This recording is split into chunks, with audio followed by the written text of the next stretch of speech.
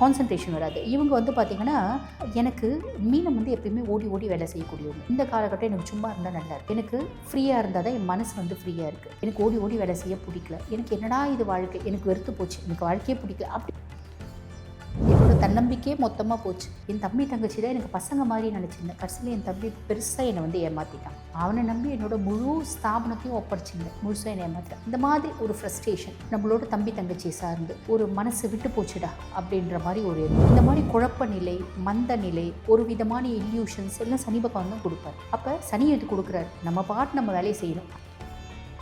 ரொம்ப விரும்பி லவ் பண்ணி ஒருத்தவங்களை கல்யாணம் பண்ணியிருப்போம். இப்போ யோசிப்போம், இவங்களை நான் தெரியாமல் தப்பாக கல்யாணம் பண்ணியிருக்கேன், நம்மளுக்கு ஏற்ற பார்ட்னர் இவங்க கிடையாது. அவங்க 2 வார்த்தை சொல்லும்போது நமக்கு அதனோட பாதிப்பு.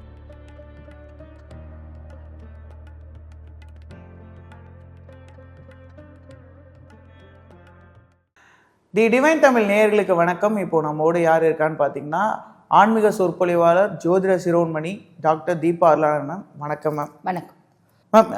எல்லாருமே கொஞ்சம் பயப்படக்கூடிய ஒரு பெயர்ச்சி அப்படின்னாலே அது வந்து சனி பெயர்ச்சி தான். அதுவும் குறிப்பிட்ட சொல்லணும்னா, இப்போது வாக்கிய பஞ்சாங்கம் படி அது திருநள்ளாறு வந்துட்டு அறிவிச்சிருக்காங்க இந்த வருஷத்துக்கான சனி பெயர்ச்சியோட தேதி என்ன அப்படிங்கிறது. பொதுவாக ஒரு விஷயம் கேட்டுறேன் மேம், முதல் கேள்வியாக நான் இதை கேட்டுறேன். சனி பகவான் ஏன் அவரை பார்த்தாலே எல்லாரும் பயப்படுறாங்க? ரொம்ப ஸ்ட்ரிக்ட் ஆஃபீஸர் அப்படின்னு சொல்லிக்கலாம். நீதிமான், ஈஸ்வர பதவி பெற்ற ஒரே கிரகம். நீ என்ன செய்தியோ அதுக்கான பலன்களை நான் தந்தே தீருவேன் அப்படின்றவர் தான். பாரபட்சம் பார்க்க மாட்டார். நல்லவங்களா கெட்டவங்களா, உனக்கு நல்லது செய்யணும் அப்படின்ற நிலைமை, உன்னோட பூர்வ ஜென்ம நல்ல கர்மா நிறைய இருக்குது அப்படின்னா, நீ எவ்வளோ பெரிய தப்பானவனாக இருந்தாலும் சூப்பராக வந்து உனக்கு நல்லதை கொடுப்பார். நீ எவ்வளோ நல்லவனாக இருந்தாலும் பூர்வ ஜென்ம கர்மா உனக்கு நிறைய இருக்குது அப்படின்னா, அவர் வந்து நல்லா இல்லாத காலகட்டத்தில், அவர் 7 நாட்டு சனியாக வராரு, அர்த்தாஷ்டம சனியாக வராரு, அஷ்டம சனியாக வராரு, அந்த காலகட்டத்தில் கெடு பலன்களை கண்டிப்பாக கொடுத்தே தீர்வார். ஆனால் அந்த கெடு பலன்கள்லேயும் ஒரு பெரிய நல்லது இருக்குது. என்ன அப்படின்னா, வாழ்க்கைக்கான படிப்பினையே கொடுத்துருவார். நம்ம அப்பா சொல்லி கேட்டிருக்க மாட்டோம், அம்மா சொல்லி கேட்டிருக்க மாட்டோம், யார் சொல்லியும் கேட்டிருக்க மாட்டோம், சனி சொன்னால் கேட்போம். காலச்சக்கரத்தின் கடைசி ராசியான மீனம், இப்போது அவங்களுக்குள்ளே தான் வந்து ஜென்ம சனியாக உள்ளே வரப்போகிற சனி பகவான். அவங்களுக்கு எப்படி இருக்க போகுது?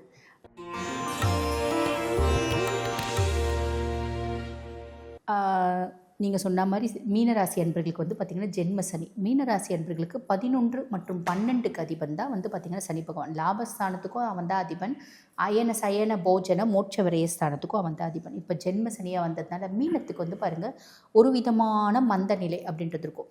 இப்போ படிக்கிற பிள்ளைங்க அப்படின்னு வச்சுக்கோங்களேன். உதாரணத்துக்கு பிள்ளைங்க நீட்டு படிக்குது அப்படின்னா, இவ்வளோ நாள் இருக்கும், ஆல்ரெடி அது 2 வருஷமாக 3 வருஷமாக நீட்டு படிச்சுங்குது, பெருசாக சீட்டே கிடைக்கல, மார்க் போயிடுது, மேனேஜ்மெண்ட் கோட்டா வருது, என்ன இதை வருது, என்னால் வாங்க முடியல, வசதி இல்லை அப்படின்றவங்களுக்கு இப்போ 3ஆவது வருஷம் படிக்கிறாங்க, இல்லை வந்து 4ஆவது வருஷம் கூட படிக்கிறாங்க அப்படின்னு வச்சுக்கோங்களேன்.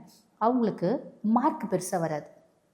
டெய்லி டெஸ்ட் வைக்கிறாங்க பார்த்திங்களா, மார்க் பெருசாக வரல, ஐயோ நான் படித்ததெல்லாம் மறந்து போகுது, எனக்கு மார்க் பெருசாக வரல, நான் வந்து அவ்வளோதான், நான் வந்து லிட்ரலி வந்து டவுன் ஆகிட்டேன், என்னால் முடியல, நான் இந்த முறையும் வாங்க போகிறதில்ல, நான் இந்த முறையும் நீட்டில் பாஸ் பண்ண போகிறதில்ல அப்படின்ற எண்ணம்லாம் அந்த பிள்ளைங்களுக்கு மேலோங்கும்.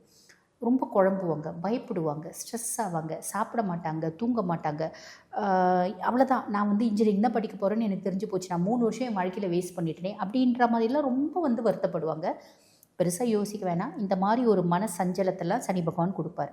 அதே மாதிரி ஒரு மத்தியம வயசு ஆட்களாக இருக்காங்க அப்படின்னாலும் உங்களுக்கு ஒரு இனம் புரியாத மந்த நிலை அப்படின்றதுக்கும், பிள்ளைங்க படிக்கும் கான்சன்ட்ரேஷன் வராது. இவங்க வந்து பார்த்திங்கன்னா, எனக்கு மீனம் வந்து எப்பயுமே ஓடி ஓடி வேலை செய்யக்கூடியவங்க. இந்த காலகட்டம் எனக்கு சும்மா இருந்தால் நல்லா இருக்குது, எனக்கு ஃப்ரீயாக இருந்தால் தான் என் மனசு வந்து ஃப்ரீயாக இருக்குது, எனக்கு ஓடி ஓடி வேலை செய்ய பிடிக்கல, எனக்கு என்னடா இது வாழ்க்கை, எனக்கு வெறுத்து போச்சு, எனக்கு வாழ்க்கையே பிடிக்கல அப்படின்ற மாதிரி எல்லாம் யோசிப்பாங்க. மீனம் பொதுவாக யோசிக்கணும். இது எல்லாத்தையும் வந்து பார்த்திங்கன்னா நம்மளுக்கு சனி பகவான் தான் கொடுக்குறான். ஜென்மத்தில் உட்காந்து நம்ம மனசை பயங்கரமாக குழப்புறான். அவனை ஓவர்டேக் பண்ணணும் அப்படின்னா நம்ம பாட்டு நம்ம வேலையை செய்யணும், பலனை எதிர்பார்க்காதே, கடமையை செய். அந்த வார்த்தைகளை ஞாபகம் வச்சுக்கிறாங்க அப்படின்னா ரொம்ப நல்லது. அது பிரகாரம் ஃபாலோ பண்ணுறாங்க அப்படின்னா நல்லதே நடக்கும். பெருசாக யோசிக்க வேண்டாம். இந்த 6ஆம் மாதத்துக்கு அப்புறம் ஒரு வித மாற்றங்கள் அப்படின்றது வரும். சனி வந்து அமைதியாகிடுவார். அதே மாதிரி சனியினோட பார்வை 3, 7, 10 3ஆம் பாவத்தை பார்க்குறாரு. என்னோட தைரியமே மொத்தமாக போச்சு, என்னோட தன்னம்பிக்கையே மொத்தமாக போச்சு, என் தம்பி தங்கச்சி தான் எனக்கு பசங்க மாதிரி நினச்சிருந்தேன், கடைசியில் என் தம்பி பெருசாக என்னை வந்து ஏமாற்றிட்டான், அவனை நம்பி என்னோட முழு ஸ்தாபனத்தையும் ஒப்படைச்சிருந்தேன், முழுசாக என்னை ஏமாத்திட்டான். இந்த மாதிரி ஒரு ஃப்ரஸ்ட்ரேஷன் நம்மளோட தம்பி தங்கச்சியை சார்ந்து ஒரு மனசு விட்டு போச்சுடா அப்படின்ற மாதிரி ஒரு எண்ணம், எனக்கு தைரியமே இல்லை அப்படின்ற மாதிரி ஒரு இல்யூஷன்ஸ்லாம் வரும். இப்போ தம்பி தங்கச்சி சார்ந்து உங்களுக்கு ஒரு விஷயம் தோணுது அப்படின்னா அனலைஸ் பண்ணி பார்க்கணும். நீங்கள் ஒரு விஷயத்தை முடிவு எடுத்துகிட்ருப்பீங்க, ஐயோ இந்த விஷயம் தப்பாக முடிவு எடுத்துட்டேன், நான் வந்து இந்த இப்படி யோசிக்காமல் நான் வந்து உதாரணத்துக்கு படிக்கிற பிள்ளைங்க, நான் 3 வருஷம் நீட்டுக்கு ஓடி ஆடிட்டு இருந்தேன், நான் அப்பயே இன்ஜினியரிங் சேர்ந்துருந்தா இந்நேரம் 3 வருஷம் முடிச்சிருப்பேன், தப்பு பண்ணிட்டேன் வாழ்க்கணும், இந்த மாதிரி எல்லாம் குழப்பம் வரும். இந்த மாதிரி குழப்ப நிலை, மந்த நிலை, ஒரு விதமான இல்யூஷன்ஸ் எல்லாம் சனி பகவான் தான் கொடுப்பார். அப்போ சனி எது கொடுக்குறாரு, நம்ம பாட்டு நம்ம வேலையை செய்யணும் அப்படின்ற ஒரு மைண்ட் செட்டுக்கு வந்துட்டால் பிரச்சனை இல்லை. அதே மாதிரி 7ஆம் பாவம் கலத்திர ஸ்தானத்தை சனி பார்க்குறாரு. ரொம்ப விரும்பி விரும்பி லவ் பண்ணி ஒருத்தவங்களை கல்யாணம் பண்ணியிருப்போம், இப்போ யோசிப்போம் இவங்களை நான் தெரியாமல் தப்பாக கல்யாணம் பண்ணிக்கிட்டேன், நம்மளுக்கு ஏற்ற பார்ட்னர் இவங்க கிடையாது. அவங்க 2 வார்த்தை சொல்லும்போது நமக்கு அதனோட பாதிப்பு மனதளவில் பெருசாக இருக்கும், பெரிய லெவலில் நம்ம ரியாக்ட் பண்ணுவோம். திருமணம் அப்படின்னா ஒரு பிள்ளையை கல்யாணம் பண்ணிக்கினாலும் ஒரு பையனை கல்யாணம் பண்ணிக்கினாலும் பெண்களாக இருந்தாலும் ஆண்களாக இருந்தாலும் விட்டு கொடுத்து போகணும் அப்படின்ற எண்ணம் மேலோங்குது. அப்படின் போது அவங்க இது என்ன சொல்லிட்டு போட்டோம், சரி விடு, நம்ம எவ்வளோ அட்ஜஸ்ட் பண்ண முடியுமோ அட்ஜஸ்ட் பண்ணலாம் அப்படின்னா சனி வந்து மாறும்போது இந்த பிரச்சனைகள் மாறிடும். புரியுதுங்களா? அப்போ அவங்க எது சொன்னாலும் அவங்க சொல்லுக்கு சொல்லு, அவங்க பேச்சுக்கு பேச்சு நம்ம அர்த்தம் கண்டுபிடிச்சி அவங்க 2 பேச நம்ம 20 பேச, அவங்க 20 பேச நம்ம 200 பேச பேசிகிட்டு இருந்தோம் அப்படின்னா அந்த குடும்ப வாழ்க்கையில் கணவன் மனைவிக்குள்ளே ஒரு கேப் வரத்துக்கு நிறைய வாய்ப்பு உண்டு, விரிசல் வரத்துக்கு நிறைய வாய்ப்பு உண்டு. அதில் கவனமாக இருக்கணும். இதே தான் பார்ட்னர்ஷிப் கன்சர்ன் வச்சு நடத்துகிறவங்களா இருந்தாலும் இவங்க பார்ட்னருக்கும் இவங்களுக்கும் ஒரு மனமுட்டம் வரத்துக்கு வாய்ப்பு உண்டு, அதில் கவனமாக இருக்கணும். அதுக்கப்புறம் 10ஆம் பாவம் தொழில் ஸ்தானத்தை சனி பகவான் பார்க்குறார். வேலை செய்கிற இடத்துல ஏகப்பட்ட ப்ரெஷர்ஸ், அந்த ப்ரெஷர்ஸ் தாங்க முடியாமல் மண்டை ப்ரெஷர் குக்கர் மாதிரி ஆகிடுது. நான் ஒரு இடத்துல வேலை செய்கிறேன், என்னோடய ஹையர் அஃபிஷியல் இந்த டார்கெட்டை இது நாளுக்குள்ளே முடிக்கணுன்றான், என் கீழே வேலை செய்கிறவன் செய்ய மாட்டேன்றான், யார்கிட்ட ஓடி ஆடுறதுன்னு எனக்கு தெரில. இது ஒரு கன்சர்னில் வேலை செய்கிறவங்களுக்கு. சுயதொழில் வச்சு நடத்துகிறவங்களுக்கும் நிறைய ஆர்டர்ஸ் எடுத்துட்டேன், அந்த ஆர்டர்ஸே என்னால் ப்ராப்பராக கொடுக்க முடியல. ஸ்டாஃப்ஸ் வந்து வராங்க நிற்கிறாங்கன்னா ரொம்ப நல்லபடியாக எல்லாமே செய்கிறேன், இருந்தாலும் ஸ்டாஃப்ஸ் பெருசாக மேன் பவர் எனக்கு பெருசாக செட் ஆகலை. இருக்கிறவங்களெலாம் என்னை சீட் பண்ணுறாங்க, இருக்கிறவங்கள என்னை ஏமாற்ற பார்க்குறாங்க, இந்த மாதிரி ஒரு குழப்பம்லாம் இருக்கும். இதெல்லாம் சனி கொடுக்குறான், இதுவும் கடந்து போகும் அப்படின்ற ஒரு மைண்ட் செட் இருக்கணும். அவனை பார்த்தா நம்ம தொழில் ஆரம்பித்தோம், இவன் இல்லைனா இன்னொருத்தர் அப்படின்ற ஒரு மைண்ட் செட் இருந்துச்சு அப்படின்னா சமாளிச்சிக்க முடியும். இவங்களுக்கான பரிகாரம் என்ன? பொதுவாக ஜென்ம சனியில் இருக்காங்க அப்படின்னும்போது இவங்க வந்து பார்த்திங்கன்னா இந்த கோளறு பதிகம் அப்படின்னு ஒன்று இருக்குது. வேயுரு தோழிபங்கன் விடமுண்டகண்டன் மிக நல்ல வீணை தடவி மாசறு திங்கள் கங்கை முடிமேல் அணிந்து என் உளமே புகுந்த அதனால் ஞாயிறு திங்கள் செவ்வாய் புதன் வியாழன் வெள்ளி சனிப்பாம்பிரண்டும் உடனே ஆசரு நல்ல நல்ல அவை நல்ல நல்ல அடியார் அவருக்கு மிகவே, இந்த மாதிரி அழகான தமிழில் இருக்கும். இதை தினம்தோறும் பாராயணம் பண்ணிவிட்டு இவங்க பாட்டுன்னு இவங்க வேலையை செய்கிறாங்க அப்படின்னா நல்லது மட்டுமே நடக்கும், கவலைப்பட வேண்டாம். அதே போல் எல்லாருமே, அதாவது ஜோதிடத்துக்கு மேலே நம்பிக்கை இல்லாதவங்க கூட 7.5 சனி வந்துருச்சு அப்படின்னா ரொம்ப பயப்படுவாங்க. நிறைய பேர் அந்த எஃபெக்டையுமே அனுபவிச்சிருப்பாங்க. அது எப்படி மேம்? இப்போ 7.5 சனி தான் வந்து இருக்கிறதுலே மோசமானதா, இல்லை நிறையா சனி அடுத்தெல்லாம் இருக்குது, அதில் எது இதுதான் 7.5 தான் ரொம்ப வலுவானதா? அப்படியெல்லாம் இல்லைங்க. 7 நாட்டு சனியாக இருந்தாலும் சரி, அஷ்டம சனியாக இருந்தாலும் சரி, அர்த்தாஷ்டம சனியாக இருந்தாலும் சரி, நம்மை பக்குவப்படுத்தி கொள்வதற்கு தான். இது வந்து பார்த்திங்கன்னா ஜோதிடத்தில் நம்பிக்கையே இல்லை அப்படின்னு வெளியே சொல்கிறவங்களாம் கூட உள்ளுக்குள்ளே உண்மையாக ஜோதிடத்தை நம்புவாங்க. கடவுள் இல்லை கடவுள் இல்லை கடவுள் இல்லை அப்படின்னு சொல்கிறவங்க தான் கடவுளை பற்றி நிறைய சிந்திக்கிறாங்க. கடவுள் இருக்காரு அப்படின்றவங்க கொஞ்ச நேரம் சாமி கும்பிட்டுட்டு கம்முன்னு தான் இருக்காங்க இல்லைங்களா? அப்போ நமக்கு மேலே ஏதோ ஒரு சக்தி இருக்குது அப்படின்றது நிதர்சனமான உண்மை. அப்போ நம்ம இந்த 7 நாட்டு சனி, அஷ்டம சனி, அர்த்தாஷ்டம சனி இதெல்லாம் வந்து பாருங்கள் 7 நாட்டு சனியில் 7.5 வருஷம் சனி பகவானோட பிடியில் நம்ம இருக்கோம். நீ என்னென்னலாம் நல்லது கெட்டது செஞ்ச அதுக்கான பலன்களை அனுபவிக்கணும். அஷ்டம சனி அப்படின்றது 7 நாட்டு சனியில் 7.5 வருஷம் சனி பகவான் கொடுக்கக்கூடிய கெடு பலன்களை 2.5 வருஷத்தில் கொடுத்துருவார்.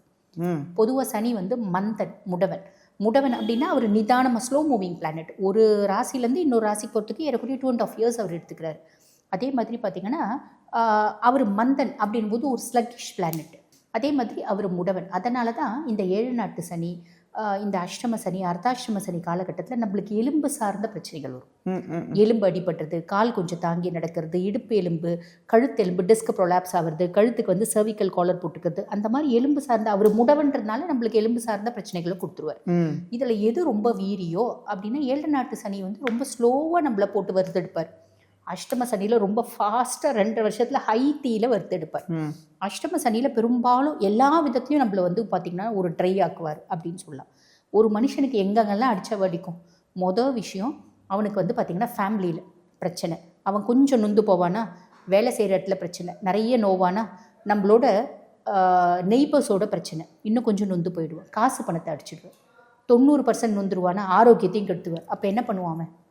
அவன் ரொம்ப வந்து அப்செட் ஆகி உட்காருவான் பார்த்தீங்களா, இந்த மாதிரி ஒரு விஷயத்தை கொடுக்குறாரு. ஆனால் இது எதுக்கு கொடுக்குறாரு? வாழ்க்கைன்னா என்னன்னு புரிய வைக்கிறதுக்கு கொடுக்குறாரு. ஒரு முறை 7 நாட்டு சனி வந்துட்டு போயிடுச்சு அப்படின்னா நம்ம ரொம்ப பக்குவப்பட்டுருவோம், ரொம்ப தெளிவாயிடுவோம், நம்ம மனசு தெளிஞ்ச நீரோட மாதிரி ஆயிடும் அப்படின்னு சொல்லலாம். Okay ma'am. அதே போல் சிலருக்கு வந்து இந்த 7 நாட்டு சனிலையும் கூட சனியோட பாதிப்பு பெருசாக இல்லாமல் இருக்காங்களா மேம்? அவங்களாம் யார்? கண்டிப்பாக. இப்போ நம்ம பார்த்தீங்கன்னா பல பல வந்து சினிமா நடிகர்கள் அந்த டாப் ரேஞ்ச்லேயே இருப்பாங்க. இப்போ ரஜினிகாந்த் சாருக்குலாம் 7 நாட்டு சனி வரவே இல்லையா? கமலஹாசன் சாருக்குலாம் 7 நாட்டு சனி வரவே இல்லையா? பெரிய பெரிய அரசியல் தலைவர்கள் அவங்களுக்குலாம் 7 நாட்டு சனி வரவே இல்லையா? எல்லாருக்கும் வரும். 29 வருஷத்துக்கு ஒரு முறை ஒரு ரவுண்டு நம்மளுக்கு வரும். இப்போ உங்களுக்கு ஒரு 10 வயசில் வந்துச்சு அப்படின்னா 49 வயசில் வரும். புரியுதுங்களா? First round, second round, 3 round வரத்துக்கு வாய்ப்பு உண்டு அவங்களோட ஆயுசை பொறுத்து.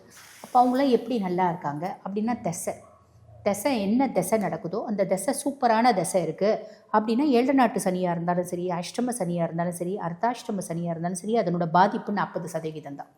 அதிகபட்சம் சூப்பரான திசை நடக்குது. இப்போ குரு திசை நடக்குது பையனுக்கு, குரு ஜாதகத்தில் உச்சம்பா, பாதிப்பு 30% தான்.